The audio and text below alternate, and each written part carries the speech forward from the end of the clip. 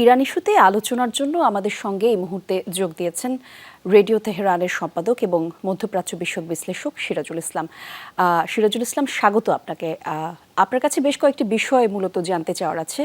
প্রথম প্রশ্নটি করতে চাই, সেটি হচ্ছে উদ্ধার প্রক্রিয়া আর ঘটনাস্থলের সবশেষ তথ্য আপনি কি পেয়েছেন, একটু আমাদের যদি বিস্তারিত জানাতেন। সিলন ফ্যামিলি ব্লেন্ডের কড়ালিকার আর সতেজ সাদের পারফেক্ট ব্লেন্ডে স্বপ্নেরা মেলুক টানা। উদ্ধার প্রক্রিয়ার সবশেষ তথ্য যা সেটি হচ্ছে যে ঘটনাস্থল দুর্ঘটনাস্থল তো শনাক্ত করেছে। হেলিকপ্টার পুড়ে গেছে, ভেঙে গেছে। প্রেসিডেন্ট তার সাথে পররাষ্ট্রমন্ত্রী হোসেন আহমেদ আব্দুল্লাহিয়ান সহ আরো গুরুত্বপূর্ণ কয়েকজন কর্মকর্তা নিহত হয়েছেন।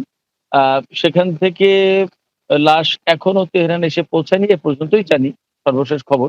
আ লাশ শনাক্ত করা যাবে কিনা সেটিও এখনো পরিষ্কার নয়। কারণ যে ক্যাবিনে ছিলেন তারা হেলিকপ্টারে, সেই কেবিনটা একদম কমপ্লিটলি পুড়ে গেছে।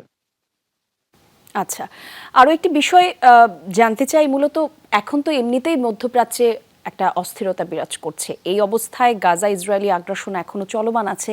এই অবস্থায় রইসির মৃত্যু নতুন কোনো উত্তেজনা সৃষ্টি করবে কিনা, বা কারণ কনস্পিরেন্সি থিওরি নিয়ে আসলে কথা তো উঠছে, আপনি কি মনে করছেন?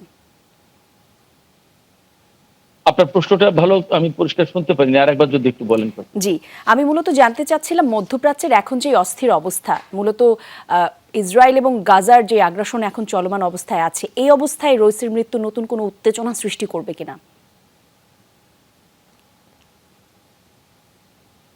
আসলে মধ্যপ্রাচ্যের যে পরিস্থিতি বর্তমানে আমরা সবাই জানি যে ইসরায়েল এবং গাজার প্রতিরোধকামী যোদ্ধাদের ভেতরে যে সংঘর্ষ চলছে সেটি ৭ মাস পার হয়ে ৮ মাসে পড়েছে এবং সেখানকার পরিস্থিতি দিনকে দিন খারাপ হয়েছে। এবং এরই মাঝে আমরা এমনও দেখেছি যে ইসরায়েলের সাথে ইরানের একটা সরাসরি সামরিক সংঘাত হয়ে গেছে। আ এছাড়া গাজার যে চলমান যুদ্ধ, সেই যুদ্ধের সাথে ইরানের একেবারে ঘনিষ্ঠভাবে ওতপ্রোতভাবে জড়িত থাকার একটা বিষয় রয়ে গেছে। On the other hand Israel এবং আমেরিকা ইরানকে বহু আগের থেকেই একেবারে তাদের জানি শত্রু হিসেবে বিবেচনা করে আসে এবং সেইভাবেই তারা ট্রিটমেন্ট করছে। এ অবস্থায় যখন গাজা পরিস্থিতি এমন একটা অবস্থায়, আমি ব্যক্তিগতভাবে মনে করি, বহু লেখাই বলেছি, লিখেছি এবং অনেক সাক্ষাৎকারে বলেছি যে গাজার যা পরিস্থিতি তাতে এখন গাজা স্বাধীন হবে কি হবে না সেইরকম একটা পর্যায়ে এসে পৌঁছেছে। ঠিক এইরকম একটা পর্যায়ে কিন্তু একেবারে ফ্রন্ট লাইনে ছিল ইরান। ছিল বলতে কি এখনো আছে। তো প্রেসিডেন্ট রাইসি এবং পররাষ্ট্রমন্ত্রীর এই শাহাদাতের ভেতর দিয়ে সেই অবস্থার বিশেষ বড় কোনো পরিবর্তন হবে বলে আমার মনে হয় না। ইরান তার কাজ এগিয়ে নেবে। হয়তো আপাতত একটা হোঁচট খেলো, কিন্তু কাজ তার ঠিকই এগিয়ে যাবে। আসল জায়গা থেকে ইরান সরে আসবে না। আচ্ছা, আরও একটি বিষয় আসলে এখন জানার আছে। এই যে এই দুর্ঘটনার পর নিশ্চয়ই পুরো বিশ্ববাসীর মতো আমরাও আসলে জানতে চাই ইরানের পরবর্তী নেতৃত্ব নির্ধারণে মূলত কী ধরনের প্রক্রিয়া বা পদক্ষেপ গ্রহণ করা হতে পারে।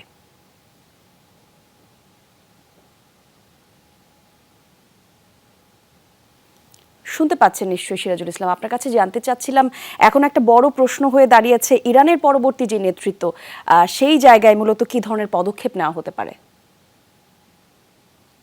হ্যাঁ, ইরানের যে পরবর্তী নেতৃত্ব সেই জায়গায় যা পদক্ষেপ নেওয়া হবে, কয়েকটা ব্যাপার আছে এখানে। একটা ব্যাপার হচ্ছে যে ইরানের সংবিধান অনুসারে প্রেসিডেন্ট রাইসি যখন মারা গেছেন, অর্থাৎ সংবিধান অনুসারে তখন ফার্স্ট ভাইস প্রেসিডেন্ট, ইরানের first vice president Mohammad Mokabber, তিনি হবেন ভারপ্রাপ্ত প্রেসিডেন্ট এবং ৫০ দিনের ভেতরে ইরানের প্রেসিডেন্ট নির্বাচন অনুষ্ঠিত হবে। একটু আগেই আমরা খবর পেলাম যে ইরানে মন্ত্রী পরিষদ জরুরি বৈঠকে বসেছে এবং সেখান থেকে একেবারে সুস্পষ্টভাবে বলা হয়েছে যে প্রেসিডেন্ট রাইসির যে কর্মকাণ্ড ছিল সেই কর্মকাণ্ড, সেই প্রক্রিয়া এগিয়ে নিয়ে যাওয়া হবে। সেই জায়গা থেকে একটুও বর্তমান সরকার বা বর্তমান মন্ত্রী পরিষদ তারা একটুও পিছিয়ে আসবে না। সেক্ষেত্রে প্রেসিডেন্ট রাইসির যে কর্মকাণ্ড, যে কর্মপ্রক্রিয়া, যে কর্মপদ্ধতি ছিল এবং যে মিশন ভিশন ছিল, সেই মিশন ভিশনে কোনো পরিবর্তন হবে না। নতুন করে প্রেসিডেন্ট নির্বাচিত হবেন এবং তিনি আ যে টার্ম প্রেসিডেন্ট আ আ রাইসির যে টার্মের যে সময় ছিল সেই মেয়াদকাল পর্যন্ত তিনি নির্বাচনে ইরানের প্রেসিডেন্ট হিসেবে দায়িত্ব পালন করবেন এবং পরবর্তীতে আবার নতুন অর্থাৎ 4 বছর মেয়াদ শেষ হওয়ার পরে প্রেসিডেন্ট রাইসির মেয়াদ ছিল 4 বছর, সেই 4 বছর মেয়াদ শেষ হওয়ার পরে নতুন প্রেসিডেন্ট নির্বাচন হবে। এখানে সর্বোচ্চ নেতা যেহেতু ইরানের প্রশাসনে বা ইরানের পররাষ্ট্রনীতি সব ক্ষেত্রে গুরুত্বপূর্ণ ভূমিকা পালন করে থাকেন, তার গুরুত্বপূর্ণ রোল রয়েছে। সেক্ষেত্রে ইরানের প্রেসিডেন্টের অবর্তমানে ইরানের সর্বোচ্চ নেতার নেতৃত্বে বা তার পরামর্শে এবং অন্যান্য মন্ত্রী পরিষদের বা সদস্যদের আ আ ভূমিকায় ইরান এগিয়ে যাবে। এখানে নেতৃত্বের ঘাটতি আমি কিছু হবে বলে আমার কাছে মনে হয় না।